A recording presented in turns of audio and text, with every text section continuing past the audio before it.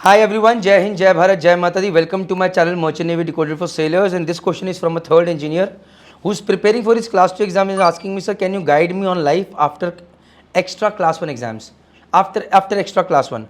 So guys, what is extra class 1? So once you have cleared your MEO class 1 exams, you have got your MEO class 1 COC, you can also get, you can also do a course for extra first class and then give exams in DD shipping, and then you can get a extra first class ticket as well.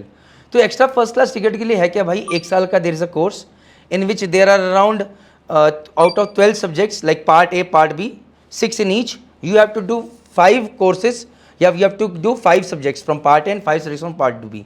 So total मिला के you have to give exams for 10 subjects at DG Shipping, जो कि साल में 2 बार होते हैं, जून and दिसंबर में भी.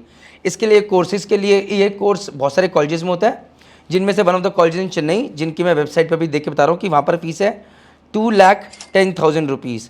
So why do we need to do this extra first class? So if we want to keep pace with the evolving technological, managerial and regulatory requirements, shipping is changing frequently. A lot of changes are happening. So अगर आप उसको बारे में आप जानना चाहते हैं और नॉलेज चाहते हैं तो आप उसके लिए एक्स्ट्रा फर्स्ट क्लास कर सकते हैं. बट द क्वेश्चन इज कि generally why do we do extra first class. हम चाहते हैं कि क्या हमें करियर ग्रोथ में क्या क्या हेल्प मिलेगी.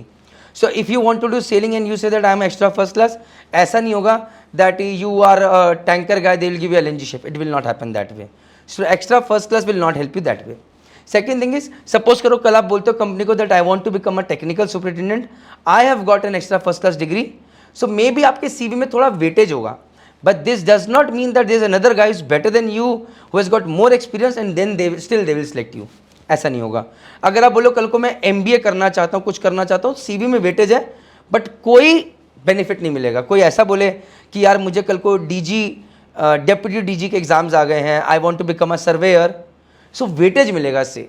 आप IRS का सर्वेयर बनना चाहते हैं, लॉयड्स में सर्वेयर बनना चाहते हैं, तो वेटेज मिलता है CV में. बट इसके अलावा ऐसा नहीं है कि किसी भी एग्जाम के लिए कहीं भी जाने के लिए बोला जाए कि आपको एक्स्ट्रा फर्स्ट क्लास करना इज अ कंपल्शन.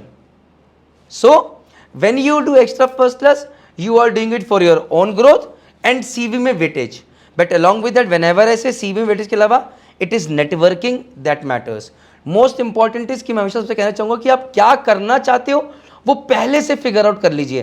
किससे, अगर आपको लगता है कि यार मैं सर्वेयर बनना चाहता हूँ, सो आप अभी से ही यूर अ थर्ड इंजीनियर से आप बहुत सारे सर्वेयर से मिलिए, आप मुंबई जाइए, IRS में जाके देखिए, लॉयड्स के लोगों से बात कीजिए, लॉयड सर्वेयर से बात कीजिए एंड उनसे पूछिए कि extra first class is required और नॉट. नहीं रिक्वायर्ड तो कोई ज़रूरत नहीं है, बट उसके लिए क्या क्या चाहिए आप अभी से उन स्किल्स को होन करना शुरू कीजिए and that is how you make the right choice. So once again guys, it is not bad to do extra first class, but अगर आप ये सोच के चलेंगे कि ये करके आपको एक अच्छी जॉब मिल जाएगी, मैं सर्टेनली कहना चाहूँगा ये CV में वेटेज ऐड करता है, but again it does not guarantee that you will get a particular job on shore for this. जय हिंद, जय भारत, जय माता.